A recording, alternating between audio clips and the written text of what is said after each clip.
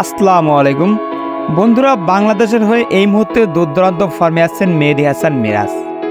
কেননা সাম্প্রতিক সময় পাকিস্তানের বিপক্ষে দুর্দান্ত ফর্ম দেখিয়েছেন এই cricketer. Batting bowling allrounder performance করে নজর কেড়েছেন সবার। তাই তো মেহেদী হাসান মিরাজের দিকে নজর পড়েছে ফ্র্যাঞ্চাইজি লিগগুলোর। বিশেষ করে আইপিএল থেকে অনেক দলই এবার মেহেদী হাসান মিরাজকে দলে ফেরাতে মরিয়া। ভারতীয় সংবাদ মাধ্যমে শোনা যাচ্ছে 2025 আইপিএলের নিলামে হটকেক হতে পারেন মেহেদী হাসান মিরাজ। বিশেষ করে Chennai Super Kings, Sunrisers Hyderabad, কেকেআরের মতো দলগুলো নজর রাখছেন মেহেদী হাসান মিরাজের দিকে। কেননা Chennai Super Kings, Sunrisers Hyderabad, কেকেআরের মতো দলগুলো সবসময় অলরাউন্ডার স্পিনারদের নিয়ে থাকে।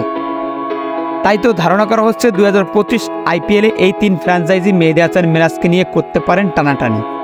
কেননা মেহেদী হাসান মিরাজ এই মুহূর্তে ব্যাটে বলে দোনো ইউনিটেই ফর্মের তুঙ্গে আছেন। তাই তো মেহেদী হাসান মিরাজ এখন ক্রিকেটের শিরোনাম। এর পাশাপাশি গুঞ্জন উঠছে বাংলাদেশ ক্রিকেট থেকে সাকিব আল হাসান অবসর নিলে বাংলাদেশের 1 নম্বর অলরাউন্ডার ক্রিকেটার হয়ে উঠবেন মেহেদী হাসান মিরাজ। তাই বন্ধুরা, আপনারা কি মনে করেন 2025 আইপিএলে কি দল পাবে মেহেদী হাসান মিরাজ? যদি আপনাদের কোনো মতামত থাকে অবশ্যই কমেন্টে জানিয়ে দিবেন।